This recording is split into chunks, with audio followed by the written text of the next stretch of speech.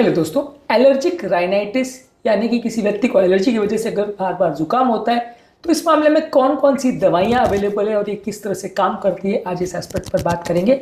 Allergy से related जुकाम होने का प्रॉब्लम काफ़ी लोग को होता है। इस मामले में एलर्जी को सप्रेस करने वाली काफ़ी मेडिसिन का प्रयोग किया जाता है। ये दवाइयाँ कैसे काम करती है, कौन कौन सी अवेलेबल है और क्या इनके इफेक्ट साइड इफेक्ट्स है, ये सारी चीज़ों पर आज हम बात करेंगे ताकि ओवरऑल आपको एक अंडरस्टैंडिंग इस बारे में हो जाए और आपके केस में कौन सी दवाइयों का प्रयोग हो रहा है इस बारे में आपको जानकारी मिल जाए।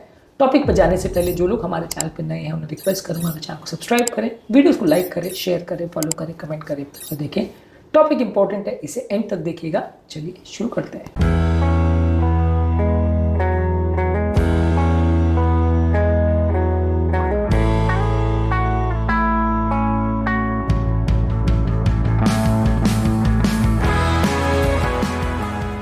सबसे पहले एंटी हिस्टामिनिक ड्रग्स यानी H1 ब्लॉकर्स, ये आपके जुकाम को और नाक बहने की प्रॉब्लम और खुजली की प्रॉब्लम को कम करता है, तो उसको अवॉइड करना चाहिए।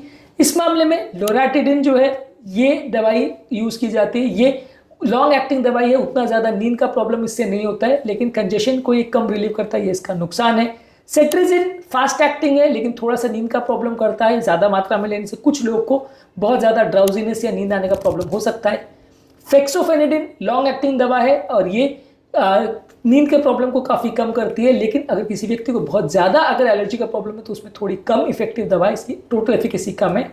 डाइफेनहाइड्रामीन बहुत स्ट्रॉन्ग और क्विक रिलीफ आपको प्रोवाइड करती है, लेकिन मुंह सूखने का प्रॉब्लम और ड्राउजीनेस का यानी नींद आने का ज़्यादा प्रॉब्लम इससे हो सकता है।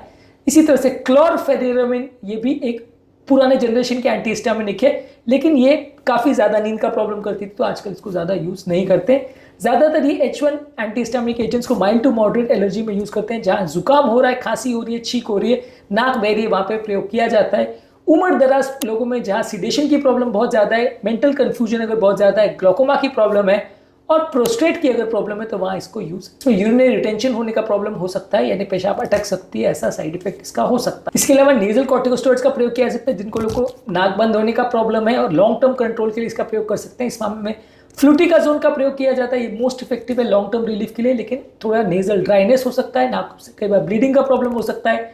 मोमेटाजोन भी काफ़ी अच्छा है, इसका सिस्टमिक या बॉडी के अंदर एब्जॉर्प्शन बहुत कम होता है, एलर्जीज वाले पेशेंट्स के लिए अच्छा है, पर किसी किसी व्यक्ति को नेजल इरिटेशन का प्रॉब्लम हो सकता है। इसके अलावा जो ब्यूटिसोनाइड है ये काफ़ी वेल टॉलरेटेड है, सीडेशन का इतना प्रॉब्लम नहीं आता, लेकिन इसको काम करने में कुछ दिनों का टाइम लगता है, यानी स्लो एक्टिंग है।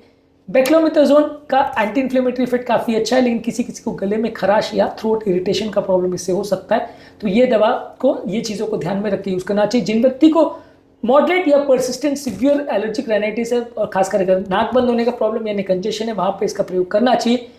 कुछ लोगों को इससे इन्फेक्शन हो सकता है, कुछ लोग को नेजल ब्लीडिंग हो सकता है, तो वहाँ पे इसका विशेष ध्यान रखना पड़ेगा। जो शॉर्ट एक्टिंग डीकंजेस्टेंट है, नेजल कंजेशन में नाक जब बंद हो जाती है तो तुरंत रिलीफ के लिए प्रयोग किया जाता है। इसमें नेजल स्प्रे में ऑक्सीमेटाजोलिन आता है, ये रैपिड रिलीफ आपको देता है, लेकिन कई बार इसको बार बार यूज़ करेंगे तो रिबाउंड कंजेशन आ सकता है 2 से 3 दिन यूज़ करने के बाद। इसके अलावा सूडोएफेड्रिन का प्रयोग कर सकते हैं, ये नेजल कंजेशन के लिए काफ़ी अच्छा है, लेकिन ब्लड प्रेशर को बढ़ा सकता है, नींद ना आने की प्रॉब्लम को कर सकता है, इसका साइड इफेक्ट है। फिनाइलेफ्रिन का प्रयोग कर सकते हैं, ये सूडोएफेड्रिन से ज़्यादा माइल्ड है, लेकिन ये शॉर्ट ड्यूरेशन का दवा है और उतनी ज़्यादा इफेक्टिव नहीं है जितना सूडोएफेड्रिन है। ये जो नेजल डिकंजेस्टेंट है ये शॉर्ट टर्म रिलीफ के लिए अच्छा है, कोल्ड और साइनस कंडीशन का प्रॉब्लम तो वहाँ यूज़ कर सकते हैं, लेकिन बीपी बढ़ा सकता है, हार्ट डिजीज की प्रॉब्लम को बढ़ा सकता है, ग्लोकोमा की प्रॉब्लम को बढ़ा सकता है और फ्रीक्वेंट यूज़ करने से रिबाउंड आपको कंजेशन हो सकता है, ये इसके इंपॉर्टेंट इशू है। इसके अलावा ल्यूकोट्राइन रिसेप्टर एंटागोनिस्ट का प्रयोग कर सकता है। अगर किसी व्यक्ति को परसिस्टेंट अगर एलर्जी का प्रॉब्लम है तो वहाँ मॉन्टेल्यूकास्ट का प्रयोग किया जाता है, एस्थमा और एलर्जी में इसका प्रयोग करता है, लेकिन कुछ लोग को इससे एंग्जाइटी, डिप्रेशन और मूड चेंजेस हो सकते हैं। या जाफिरलुकास्ट का प्रयोग कर सकते हैं, ये भी एक एंटी इन्फ्लेमेटरी ड्रग्स है, एस्थमा के लिए अच्छा है पर लिवर फंक्शन को थोड़ा नेगेटिवली इफेक्ट कर सकता है। ये अगर किसी व्यक्ति को एलर्जिक राइनाइटिस और एस्थमा का प्रॉब्लम है तो अच्छा है। डिप्रेशन की प्रॉब्लम या लिवर का प्रॉब्लम है तो वहाँ पे इसको कॉशियसली यूज करना चाहिए। इसके अलावा मास्ट सेल स्टेबलाइजर्स जो कि एलर्जिक राइनाइटिस में यूज होते हैं, इसमें क्रोमोलिन सोडियम का प्रयोग किया जाता है, ये लंबे समय तक यूज करने में काफी सेफ है, इसके साइड इफेक्ट्स भी काफी कम है, लेकिन इसको बार बार यूज करना पड़ता है स्प्रे के फॉर्म में बार बार। ये क्रोमोलिन सोडियम का नेजल स्प्रे आता है, ये माइल्ड राइनाइटिस वाले पेशेंट्स के लिए अच्छा है और अगर किसी व्यक्ति को एक्सपोजर होने से पहले अगर इसका प्रयोग करें तो ज़्यादा अच्छा है। इमीडिएट रिलीफ करने के लिए ये बहुत अच्छा नहीं है, माइल्ड केसेस में ही ज़्यादा अच्छा है, तुरंत राहत इससे उतना जल्दी नहीं मिलेगी। इसके अलावा आप लॉन्ग टर्म सोल्यूशन के लिए इम्यूनोथेरेपी का प्रयोग कर सकते हैं, इसमें एलर्जी के शॉट्स आते हैं, ये लो की एलर्जी टेंडेंसी को कम कर सकते हैं, लेकिन इसमें रेगुलर आपको डॉक्टर को मिलते रहना पड़ेगा, लॉन्ग टर्म इसमें थेरेपी लेना पड़ेगा, तभी आपको फायदा मिलेगा। इसके अलावा आप सबलिंगुअल थेरेपी ले सकते हैं। ये कई बार इसकी भी टैबलेट्स आती हैं जबान के नीचे रखने की, इससे लोगों को गले में खराश या इरिटेशन का प्रॉब्लम हो सकता है, लेकिन ये कंपैरेटिवली इंजेक्शन वाली थेरेपी से ज़्यादा कन्वीनियंट है। इम्यूनोथेरेपी आपको डॉक्टर से सलाह लेनी पड़ेगी और उनसे डिस्कस करना पड़ेगा, तब आप इसका प्रयोग कर सकते हैं। ये काफ़ी इफेक्टिव है और लॉन्ग टर्म काफ़ी फायदा करता है। अगर किसी व्यक्ति को सीवियर एलर्जिक राइनाइटिस है और वो दवाओं को रिस्पॉन्ड नहीं कर रहा तो उसका प्रयोग कर सकते हैं। इसके अलावा अगर किसी व्यक्ति को अगर एस्थमा का प्रॉब्लम है या एनाफाइलैक्सिस की हिस्ट्री है तो वहाँ पे इसका प्रयोग नहीं करना चाहिए, पर इम्यूनोथेरेपी काफ़ी इफेक्टिव है severe forms of allergic rhinitis या इस तरह के पेशेंट्स के लिए। तो मॉरल ऑफ द स्टोरी है कि दवा कैसे सिलेक्ट करेंगे। अगर किसी व्यक्ति को माइल्ड सिम्टम्स है तो एंटीहिस्टामिनिक जैसे लोराटिडिन और सेट्राजिन का प्रयोग करते हैं। परसिस्टेंट या सीवियर प्रॉब्लम है तो स्टेरॉइड्स जैसे फ्लूटिकाजोन और मोमेटाजोन का प्रयोग करते हैं। अगर क्विक रिलीफ चाहिए, तुरंत प्रॉब्लम आ रही है, तो डीकंजेस्टेंट जैसे ऑक्सीमेटाजोलिन और सूडोएफेड्रिन का प्रयोग करते हैं। अगर किसी व्यक्ति को एस्थमा और एलर्जी का प्रॉब्लम है तो वहाँ मॉन्टेल्यूकास का प्रयोग कर सकते हैं। इस प्रॉब्लम को प्रिवेंट करना है लॉन्ग टर्म के तो वहाँ मास्टेल स्टेबलाइजर्स जैसे क्रोमोलिन सोडियम का प्रयोग कर सकते हैं, और लॉन्ग टर्म ट्रीटमेंट के लिए इम्यूनोथेरेपी का प्रयोग कर सकते हैं। ये सारा तरीका है जिससे आप एलर्जिक राइनाइटिस को अलग अलग केस में मैनेज कर सकते हैं।